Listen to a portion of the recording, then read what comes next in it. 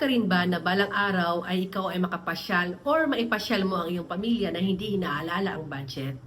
Or di kaya yung makapag-travel na hindi mag-aalala na baka pag-uwi natin ay wala na tayong ipon dahil naubos na sa ating pagta-travel?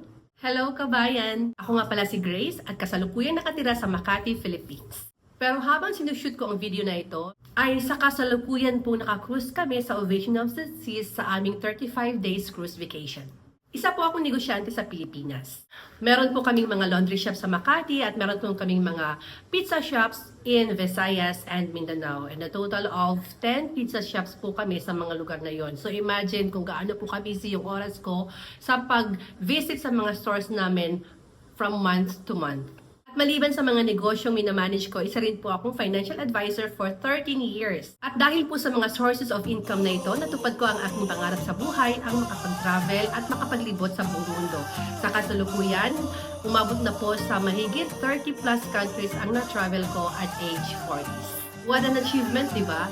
So I am very thankful to God for me to be able to travel to those places at this early stage of my life because I know madami po sa atin ang hindi man lang nakapag-travel maski sa Manila or even on Hong Kong, which is the closest international travel from our country, Philippines. Pandemic po, na-close namin lahat ng mga businesses namin, yung mga laundry shop namin sa Makati at lahat ng mga pizza shop namin in Visayas and Mindanao dahil sa mga travel restrictions na nangyayari dulot ng pandemic. And even po yung aking pagiging financial advisor activity ay nabawasan na rin because nagkaroon po tayo ng no face-to-face interaction during the pandemic. It was last year, April 2023, when I decided to open an email about a business that my sister sent me about this digital business. So yun lang po talaga yung time na nagkaroon ako ng pagkakataon na i-open yun kahit na na-send niya yun sa akin when she started to do this digital business. Imagine guys, it's 2 long years. Dahil sa email na yon, natagpuan ko ang isang negosyo na pwedeng-pwede palang gawin kahit pa nakatravel ka, kahit nasa bahay ka lang, kahit may negosyo ka pa, or kahit may trabaho ka pa kasi it doesn't require much of your time. During pandemic, talagang na-stuck po kami sa bahay kasi nga bawal yung mga pagta-travel, maraming dokumento na ipaprocess, pero nagkaroon po ng open time na mag-travel tayo and that became para nakawala kami sa preso na bigla kaming nag-travel ng asawa ko. But one thing na nawala sa amin dahil sa pandemic is ang negosyo.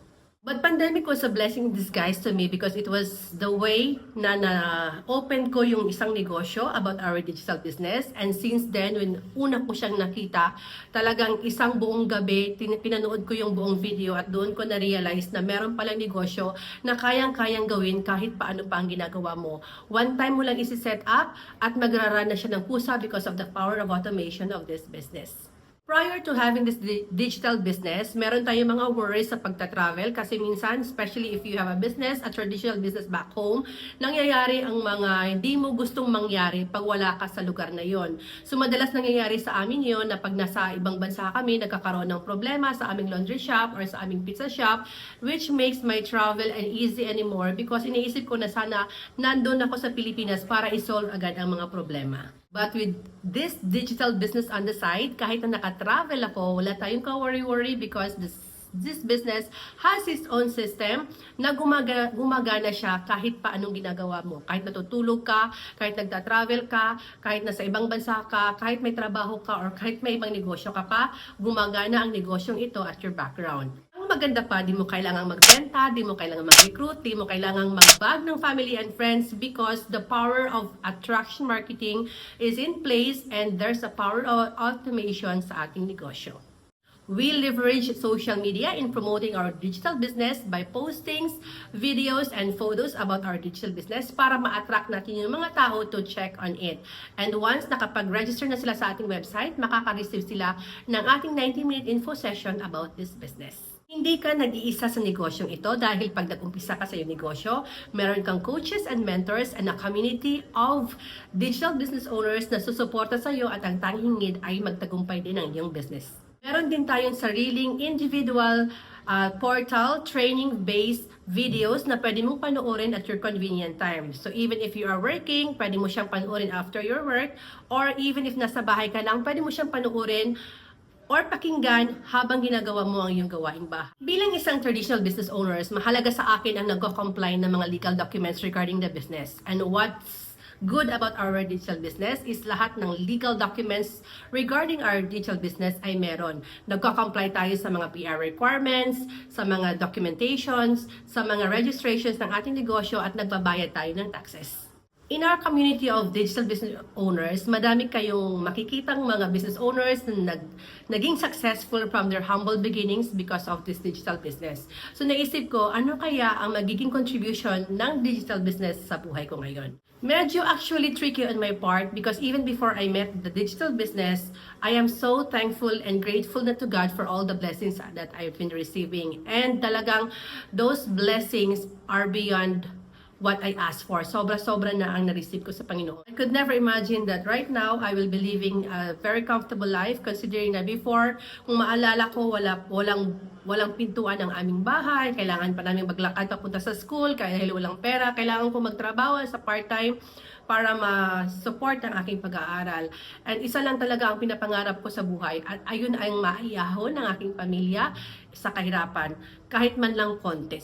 Looking back sa mga experiences ko and struggles during those times, naisip ko na siguro ito yung isa sa mga rason kung bakit ko rin pinasok ang negosyong ito despite of the comfort that I'm experiencing life right now sa buhay ko. I want to be an instrument sa mga taong kagaya ko noon na struggle din ang buhay pero nangarap na balang araw ay maiahon din ang pamilya at ang sarili sa kahirapan.